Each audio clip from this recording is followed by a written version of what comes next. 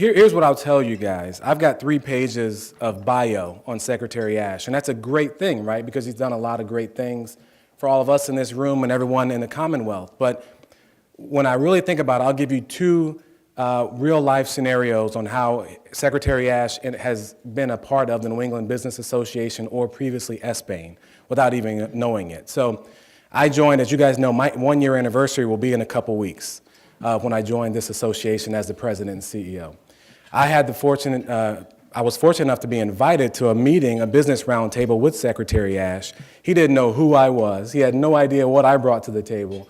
But I sit in the room, there's the secretary, and he basically says, here's what we're doing for the small to mid-sized businesses. Is it right? Does it work? Does this work for you guys and for your constituencies? That doesn't happen very often, folks. I'm telling you, I've lived in 10 states in my life, and I've talked to a lot of public officials and elected officials. They don't come at it that way. So we are very, very fortunate to have him as our representative. Another way he has been supporting the New England Business Association / formerly SBANE is his staff and his group, NAMFAM and his group, have been giving us the manufacturing matching grant for the last 6 years. And that's a big deal. So we are very, very fortunate to have the support of Secretary Ash and his staff. We are very, very fortunate to have the support of the Baker-Polito Administration. So without further ado, let me introduce Secretary Jay Ash. I am exhausted. I'm sorry if I don't have energy today. I spent all last night at the governor's State of the Commonwealth event and then the after party. And I'm tired from all the time that I spent talking to lots of people and moving around the room, but I'm more tired from what felt like 25 standing ovations.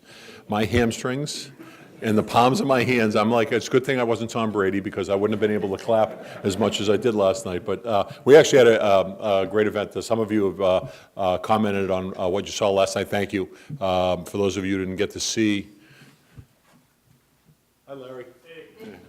Want to make sure I saw Larry, obstructed view here. So for those of you who didn't get to see the State of the Commonwealth last night, it was a terrific day for Massachusetts, and the governor pronounced that the state is strong, the economy is doing well. That's great news. The governor ticked off some accomplishments that we're all very proud of. In my shop, when we came in 3 years ago, we had more than 1,500 families in hotels and motels. These are homeless families that needed shelter. Massachusetts is a right to shelter state. We're the only state in the country that is one, and so we accept the responsibility of helping families who do not have a home to find a home.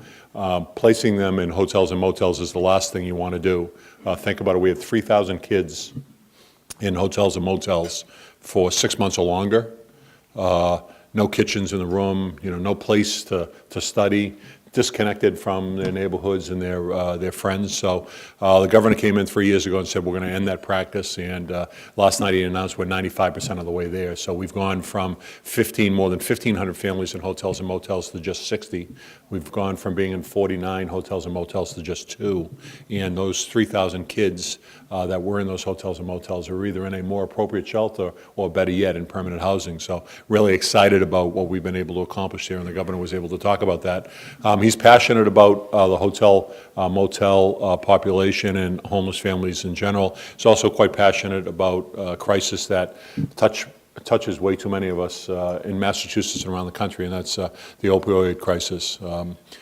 The last several years, we've had double-digit increases in opioid-related deaths here in Massachusetts. The governor has focused on that not only in-state, but is part of the president's panel looking at the issue around the country. And in Massachusetts, opioid prescriptions are down 29%. As a result of the work that we've all been doing. And opioid deaths, for the first time in many years, has declined by 10%. So really excited about what's happening on that. Excited is a strange word. As we were all getting up and clapping about things, my fellow secretaries and I were talking about, do you get up and clap about opioid deaths? And you don't, but you do, right? There's ending those prescriptions at 29% down is really significant, and the tragedy that it causes in the lives of so many is so real that we need to celebrate that we're doing all that we can to end the crisis, but we all know that we need to do even more. So it was a nice opportunity to recognize what everybody's been able to accomplish. One other thing that I'll mention, which is an economic development related, that the governor is quite proud of, is a Department of Children's and Family that manages a huge caseload. We have now 99% of the social workers are licensed, which was significantly higher than when we came in. And social workers are actually saying that their caseloads are at a point now where they can actually do social work. And the social work is about helping kids to be safe in foster homes and helping those kids then get on with a better life. So lots of reasons to cheer. One of the biggest cheers was when we talked about how we've been able to accomplish all this, and we've been able to touch upon it already here today. There's a bipartisan spirit that's taking place up at Beacon Hill that's really remarkable. I am a Democrat in a Republican administration. I returned to the State House after being gone for 18 years. I was a legislative aide at the State House for a while, and saw a lot of my old friends who are reps who would tell me that, the honeymoon's going to last a week, and then I'd see them and they'd tell me it's going to last a month, and then 6 months, and last night, 3 years in now, the governor used 2 terms the most during his speech. One was communities, and he's a big believer in helping communities to tackle all the problems that happen on the community level. But the second word that he used the most was we. And he was talking about the legislature. He was talking about other stakeholders, including New England Business Association. Thank you. I'm not going to use that other term. Has anyone coined NEBA yet, or are we purposely staying away from that? Yeah. Okay. Let it be heard that I said it first here. But one of the things that I've found in working in a Republican administration is that this governor doesn't much care about the Republican way of doing things or the Democratic way of doing things. He only cares about the right way of doing things. And so as we stood in the House chambers last night with the House and the Senate, democratically controlled House, democratically controlled Senate, there was a nice feeling of we. I mean, so much so that if you've watched State of the Union speeches, typically it's very partisan, right? Only the party in power will get up and applaud, and everybody else sits on their hands. Well, as I looked around the chamber last night, I saw Republicans and Democrats standing up and applauding what the Republican governor is talking about. So we should all be encouraged. I know a lot of you are working on exporting. We should figure out how to export this brand of politics, because it's a real value that we have here in Massachusetts. So having said that, boy, my job's easy. I just go around, I give out checks, and do ribbon cuttings. The governor says to me, Jay, everywhere I go, I hear great things about you. And so I say, Governor, just give me another $100 million to give out in grant awards, and you'll hear even better things about me. So the fact of the matter is that the democratically controlled legislature has given a Republican governor $1 billion to spend on the economy.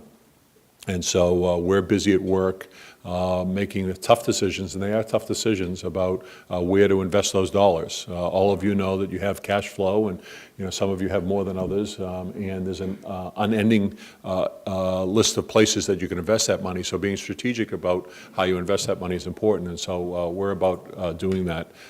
We probably get, for that $1 billion, we probably get about $5 billion worth of asks. So oftentimes we say, no, I'm in a great position because I can say no, but there's always another grant round coming. So that means that whoever's upset can't really be too upset, because they're going to have to ask me in 6 months for more money. So it actually makes it easier to say no. But we're doing things to help communities revitalize, and there's great momentum in Massachusetts for our communities. I'll come back to that in a minute. We're helping businesses grow, and I say helping because we're not the ones that are creating the jobs. You are. We're not the ones that are growing businesses. You are. Our role is to help you. And then the third goal of ours is to help people prosper. And that, at the end of the day, is the most important thing that we can do. On the community side, it's really interesting for me as a kind of student of economic development over the years. Boston and Cambridge continue to be white hot. So I was part of the team that helped bring GE here to Massachusetts. Part of the team now that is leading the discussions for the governor on Amazon potentially coming here to Massachusetts. And for those of you who haven't been into my office, I'm on the top floor of the tallest building on Beacon Hill, and I have the corner office. It's an awesome view. When I look out this way, I see the Charles River and Kendall Square in Cambridge. I see MIT and Harvard. When I look out a long window on my side, I see the Boston Common, downtown Boston, and Boston Harbor. So if I sat in my office all day and just looked out my window, you know, I see cranes happening, I see the places where businesses are going, I see the leaders in education, and know that the Massachusetts economy is in good hands. My job is to get out beyond Boston and Cambridge and to drive as far as I can. I do a lot of that. Each of the last 2 years, I put 31,000 miles on my car, so I'm in the car an awful lot, driving to places that I never knew existed, frankly, but I enjoy going to visit. And what I'm starting to see is exactly what we were hoping, that what's happening in Boston and Massachusetts is stretching out beyond Boston and Cambridge is stretching out beyond Boston and Cambridge. So places like Worcester and places like Springfield, all the smaller cities and even smaller towns in between are starting to see some real opportunities. So much so that outside of Boston, in eastern Massachusetts, in central Mass, and in western Mass, I'm working on several major projects which are game changers, which are transformative. And those are opportunities that didn't exist 3 or 5 or 10 years ago. And so it's a real testament to what's happening in the economy. It's a testament to what Boston and Cambridge does for the rest of the economy. You know, Boston and Cambridge is the center, and then you extend out beyond the center. And it's a testament to what communities are finally being able to do, to look at what they have for assets and put those assets to work. So that's been great. My phone is ringing off the hook. The good news for me is that I am getting at least one call a week now from a company that's not talking about expanding by 50 or 100 or even 200 or 300. I'm getting a call a week from somebody that's looking at 1,000 or 5,000 or 10,000, or in Amazon's case, 50,000 jobs to either expand here in Massachusetts or come here to Massachusetts. The gravitational pull to Boston and Cambridge is so strong that I think I'm on wanted posters on the Rhode Island and Connecticut borders. Some of you who are baseball fans may be reading that Massachusetts is in the game, all pun intended, on bringing the Paw Sox here to Massachusetts, and I've been part of that effort. It's one of many things that is happening here in Massachusetts, which I don't believe is happening in the rest of the country, and so there's something unique about what we have here.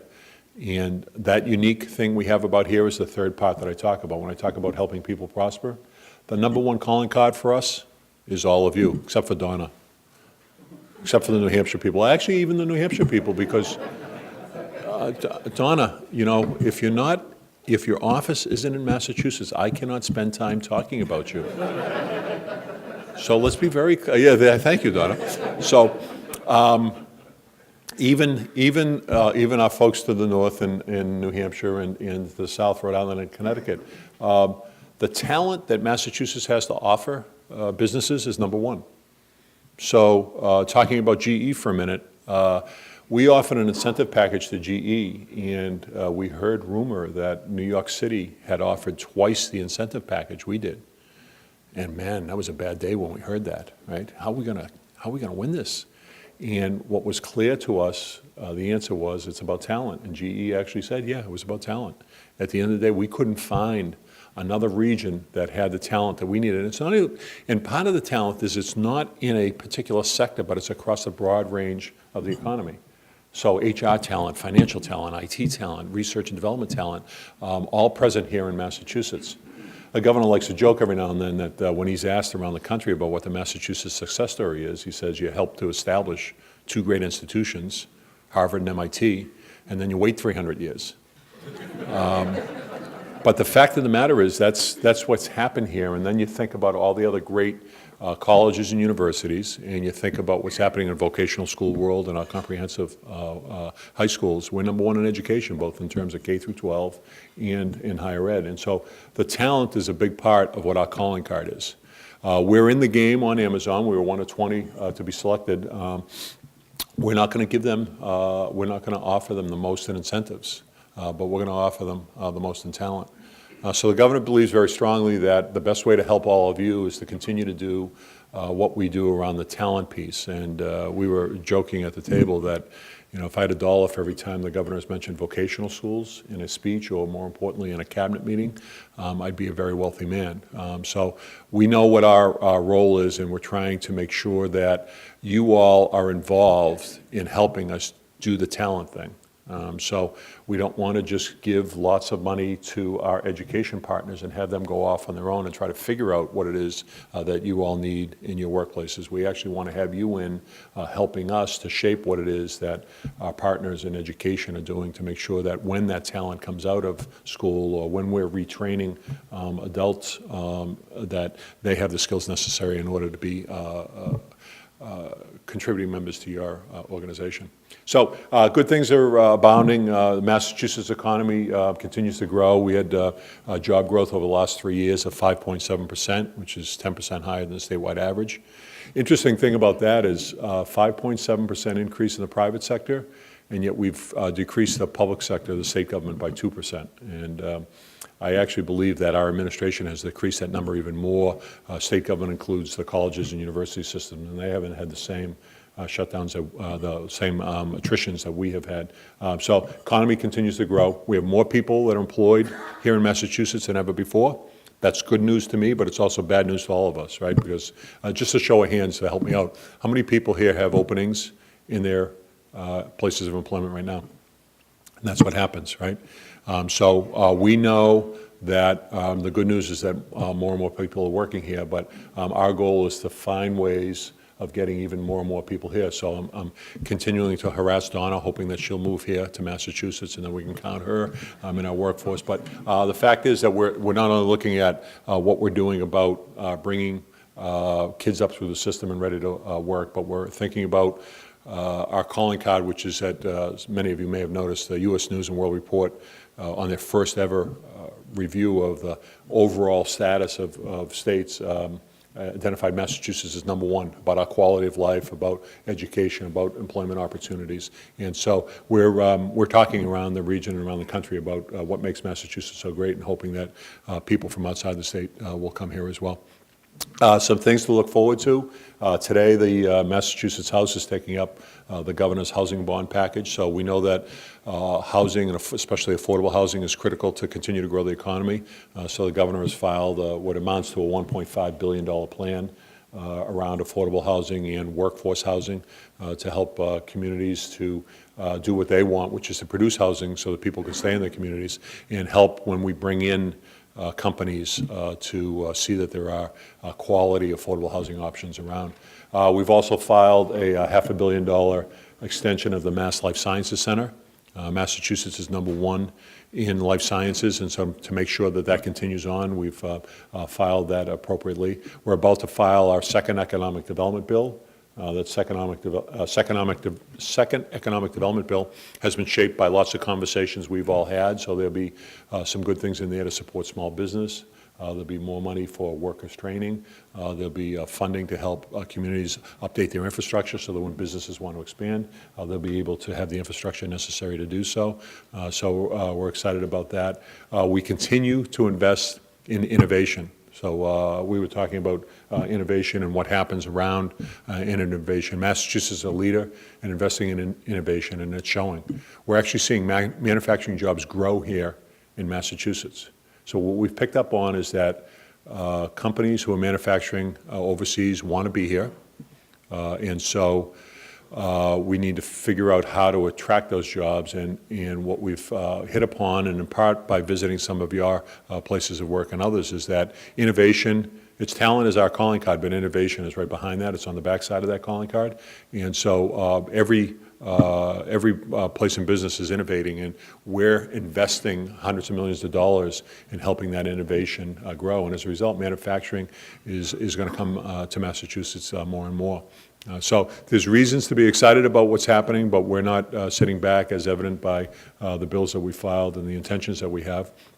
It's a great pleasure to be able to work with organizations like New England Business Association to be able to connect with all of you. I congratulate all of you for being involved in this organization. The work that the organization does is really terrific. Lots of the things that we hear from individual businesses about needs, small and some not so small, to help businesses grow, the New England Business Association is able to provide. By all of you coming together collectively, you support each other, but you also help yourself grow along the way. And so, your leadership, and leadership in terms of president, but also your board members. All of your involvement really is important to us, and we enjoy the dialogue back and forth.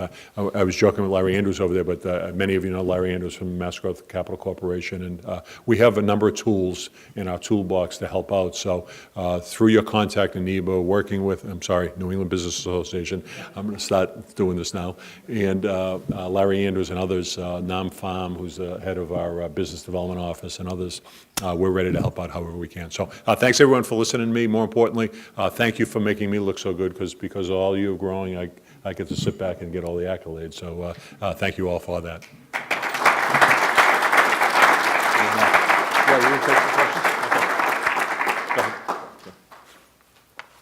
Any questions for Ron? You notice I didn't ask if you like what's happening in Washington these days. Yeah, exactly. So I have this thing where I go around and I usually say, to set up my bipartisan thing, I usually say, how many people are happy with what they see in Washington? There's always one hand that raises in the crowd. Yeah, exactly.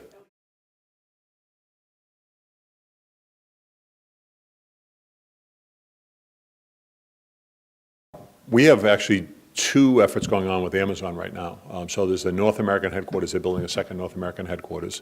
And we also have a smaller, anyone that's involved in real estate, smaller, 1 million square feet. We're working on with them as well. The 1 million square feet, we're feeling pretty good about it coming to Boston. They've selected 20 communities. You've mentioned some of them, Toronto and Atlanta. There's fierce competition, and lots of communities have great things to say. Those of you who read the Globe yesterday, you would have seen an article from somebody who grew up in Massachusetts, but is the editor in a newspaper in Pittsburgh, talking about what Pittsburgh has to offer. I can't handicap yet, because we have only begun the discussion about what Amazon truly wants. So the question here is, do you want to go to a place where you're the only company, you're the big fish in a small pond, and everything gravitates to you, which would be some of our competition? Or do you want to go to a place that has GE, that has State Street, that has others, and you're still a big fish, Amazon, you're always going to be the whale in the water, but there are other whales as well. I think it's the latter.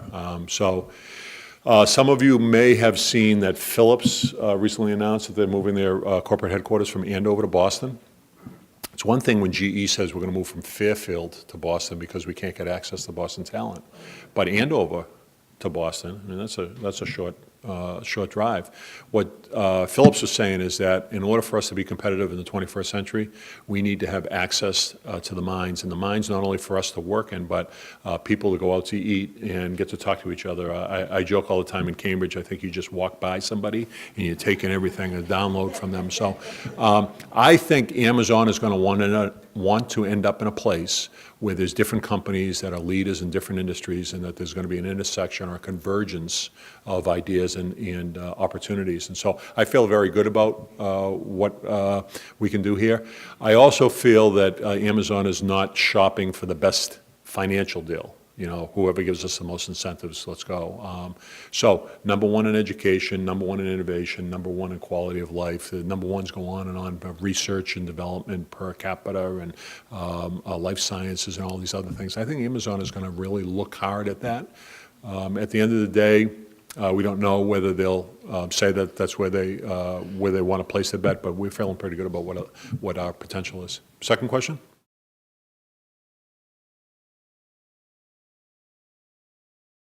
All right, I have this theory about people who run for office. Don't tell the governor I said this. If you put your name on the ballot, you should be disqualified for being crazy. It is a tough job. So I've been blessed. I've been able to have influence and not have to put my name on the ballot. So I was a city manager. So LBJ has this great quote about mayors. He says, he's the president of the United States. He says, even in my darkest times, I think to myself, it could be worse. I could be a mayor, right? So it's a really tough job, because you get the job, And then you got to go out and campaign for it afterwards. So again, thinking about the governor last night, it was unbelievable. You give everything you have to make a great speech, and you should be exhausted. And then he goes to an event with 250 people, and he's shaking hands and taking pictures and telling stories and listening to folks. And it's exhausting day after day after day. And yet he shows up every day. So it's about 6 months ago, I said to him, how do you do it? I mean, I was a city manager for 14 years, and I was doing a lot of it, but I was never doing as much as you. How do you do it? And it was really telling what he said, telling about him. He said, lots of times when I meet people, it's the first time they meet me. And I owe it to them to be on my game. Wow. But that's who he is. He thinks about other people more than he does about himself. Somebody was asking me about his political aspirations.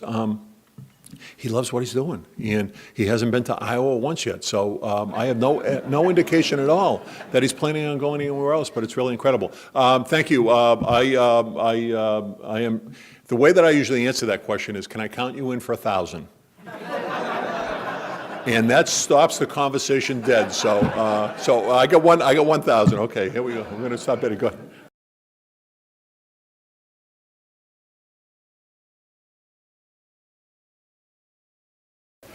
We haven't had that talk. We did, as part of our last economic development bill, recapitalize the Brownfields Fund through mass development that you know. Kind of a Baker doctrine, though, if I could. Again, I'll go back to being city manager in Chelsea. So for those of you who know anything about Chelsea, it may have some contaminated land. It's a fair assessment. The Forbes Industrial Park is like unbelievable. So I'm city manager, and there's this parcel of land that we're going to get a hotel built on it. The hotel is actually built today on it. So contaminated was the land that the LSPs would come along and say, this is the most poked and prodded piece of land, and we know characterization of everything. And then we dig and we find 10,000 square feet of souls that were being used for fill, and nobody ever came up with that. I mean, the land was just terribly contaminated. So the federal government comes in, to talk about federal government, the federal government comes in and gives me a $3.5 million grant to clean up the property. That's awesome. And then the state comes in and gives me $500,000 to clean up the land. That's awesome. Federal government was running a deficit, state government was running a deficit, and I was running a surplus of $20 million a year. And I said to myself, what's wrong with this picture? They're giving me money to help me build something which is going to give me new taxes every year for the rest of our life. So for a hotel, we were getting about $600,000 a year in revenues. So what Governor Baker and I have put together is that we're making even more money available to cities and towns, and here's the partnership piece. If nothing ever happens on that parcel, we eat it. But if something happens and you're able to generate some revenue, how about paying us back a little bit at a time so that we can give it out to the next person? And what's happened with brownfields, you've no doubt followed it, is that we spend all the money in brownfields and then there's a pause because somebody has to figure out where to get the money again. Well, we figured out a way to recapitalize that, and we've done that a couple of times. So we do have more money available through mass development. There's plenty of money for any opportunity that exists out there. We're willing to take on the risk. I'll check out and see if anyone's been talking about the tax credit. I don't know about that. Go ahead. Is there the governor announced that he wanted to build a lot more housing. Yes, 135,000 units by 2025. Is there any sort of overall plan for this? The reason I asked the question is I sit in traffic at the junction of 128 and 93, and I see thousands of apartments going up. I assume they all have cars. And I'm in Reading, and I see other thousands, and I'm at the junction of 128 and 95, and I see another 4,000 or 5,000. I mean, yeah. I see all these big apartment complexes.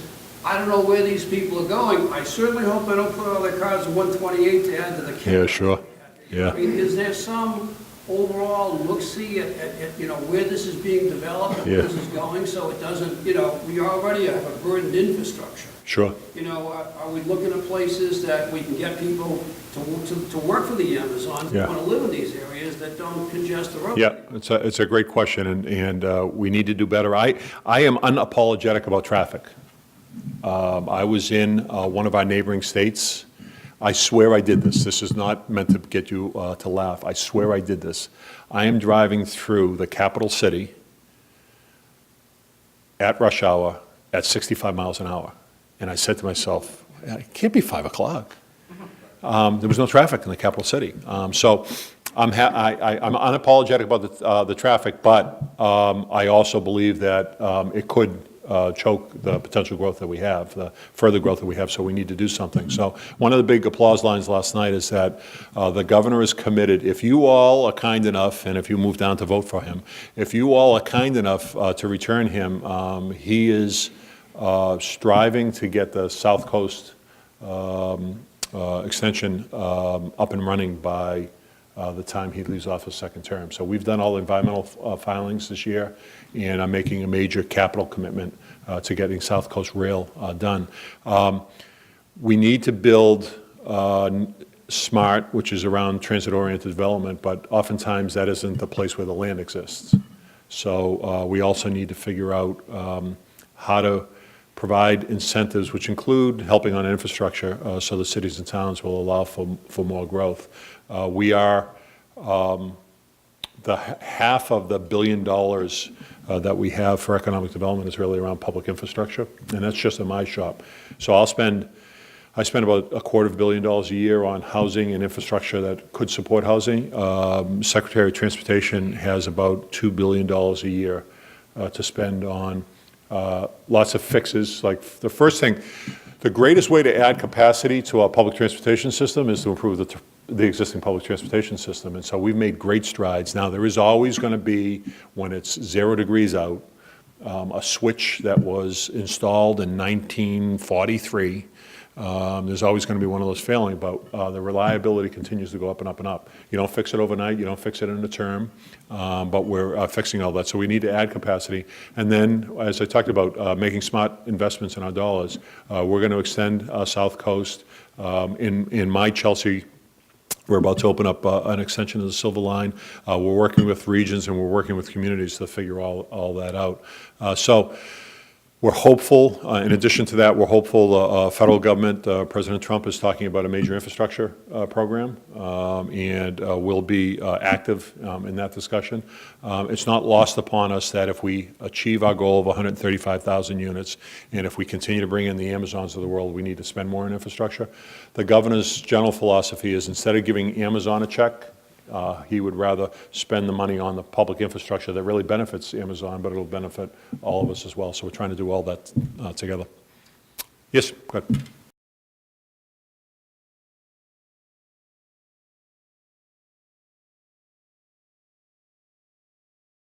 I feel like you're inside my head. Man, I get these calls. So, hi, Jay Ash, Economic Development. Oh, you want to move 1,000 jobs here? And then I wait.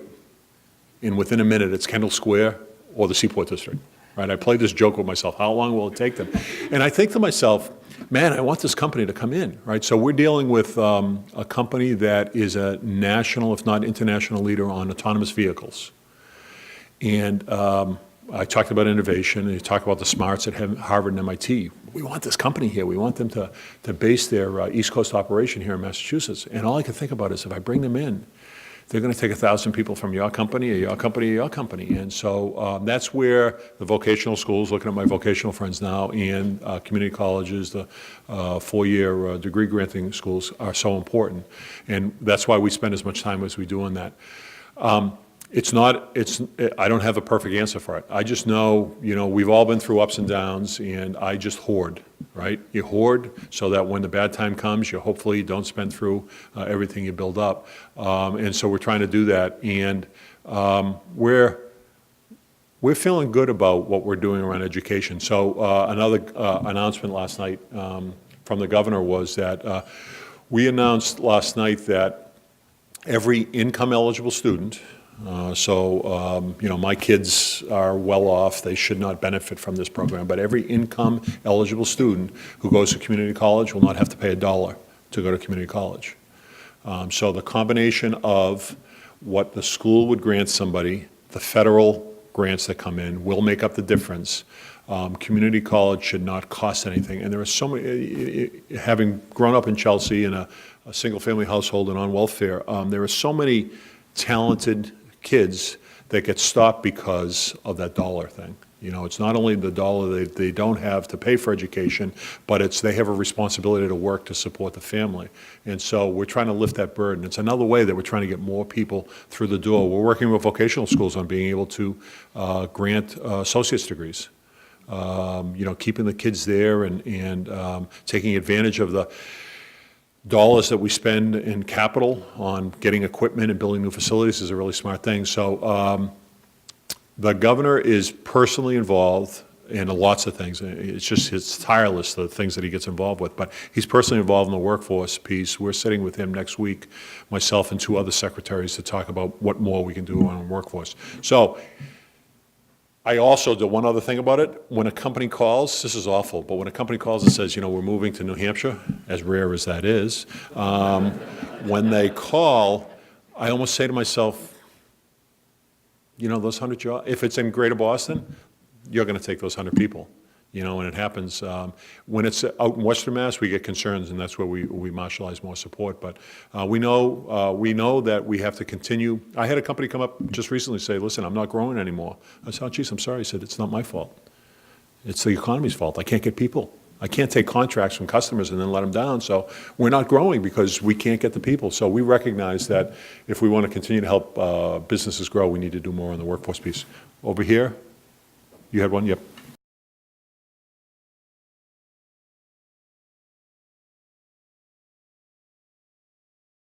There are places that we have a natural advantage, and when it comes to engineering, innovation, we have a natural advantage. So on 2 occasions, I have walked off the campus of MIT, and I couldn't wait to tweet. You know, what I would tweet is that, thank God we have MIT working about the economy, because they're doing wonderful things there. We're taking advantage of those opportunities. We think we have a play on autonomous vehicles. See, some people think autonomous vehicles Detroit, but that's not really where it is. Autonomous vehicle is really a big piece of IT, computers that happens to have a different kind of shell around it. And so research, all the switches, all the smarts that goes into designing that is going to happen here. And so we're focused through Secretary Pollock, because it's initially a transportation play, and we've had tremendous support. I mean, the mayors from around the region have stepped up and said, we will allow for autonomous vehicles to be tested on the streets. And that's a pretty bold move by mayors, because if something happens, God forbid something happens with one of these autonomous vehicles, people are going to point at that mayor. Now, as it turns out, autonomous vehicles are much safer than all of us already. And there's still some things that need to be worked out, but we think we have a great play there. I get one more, maybe?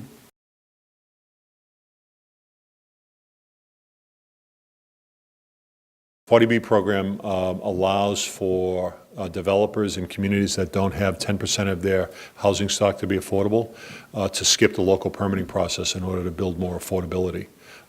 We support that, and the voters have supported that, and that's one of the reasons that we support that. So it was put on the ballot several years ago, and the voters overwhelmingly said, continue to do that.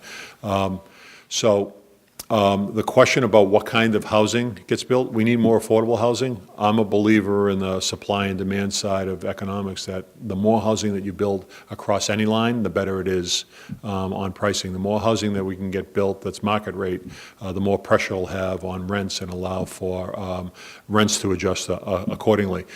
That doesn't include the luxury piece, but I think I'm not the only one that says this. The luxury side of the market may be close to, if not tapped right now. There's going to be more luxury projects that are going up in Boston, but we think that there's a healthy number out there. And frankly, the construction of luxury housing is as much about the international economy and people looking to park dollars somewhere, and so they're parking dollars in Boston. I mean, I've heard stories of building owners who have built luxury housing that are having problems supporting the retail that was built along with the luxury housing because nobody's actually living in the units.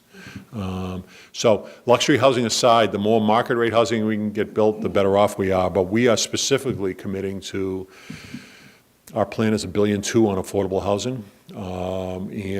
The problem, I said this yesterday in a town that was looking to build more affordable housing, the problem isn't that we don't have the tools. The problem is on the local level, identifying the opportunities. And so we filed a bill which I haven't talked about yet, which is a bill to reduce the regulations on the local level for communities that accept it, to allow for housing projects to go forward, because typically there are lots of good housing projects that can't go forward because they can't get local control. So time is here, and I know you all have to get back to doing what you do well. So thanks all for having me here, and again, thank you for being involved in a very important organization.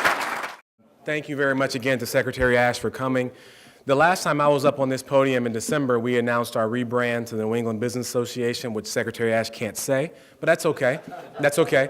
The thing I want all of you to understand is this is what we're going to do going forward is value-added programming with value-added speakers like Secretary Ash. And the way we can do that is I need all of you to download the app. We have an app. If you go to the Google Play Store or the iPhone Store, I'm a Samsung guy, so I don't know what I does, but the Apple Store or whatever it is, it's under Social Link, so it's a big S and a big L, and then you use your same login credentials to get into the app. Okay, so download the app, get us the feedback as to what types of speakers you want to hear from, the types of content you want us to deliver to you, and we will do that for all of you. So I implore all of you to do that. Second thing, as Susan said, make sure you all are sponsoring or being involved in the Innovation Awards program. It's our signature event every single year. It is something that falls right in line with what Secretary Ash was talking about as one of the big value adds of the Commonwealth, is our focus on innovation. And we've been doing it since '86, okay? So thank you all for coming. I appreciate your attendance. Thank you guys very much.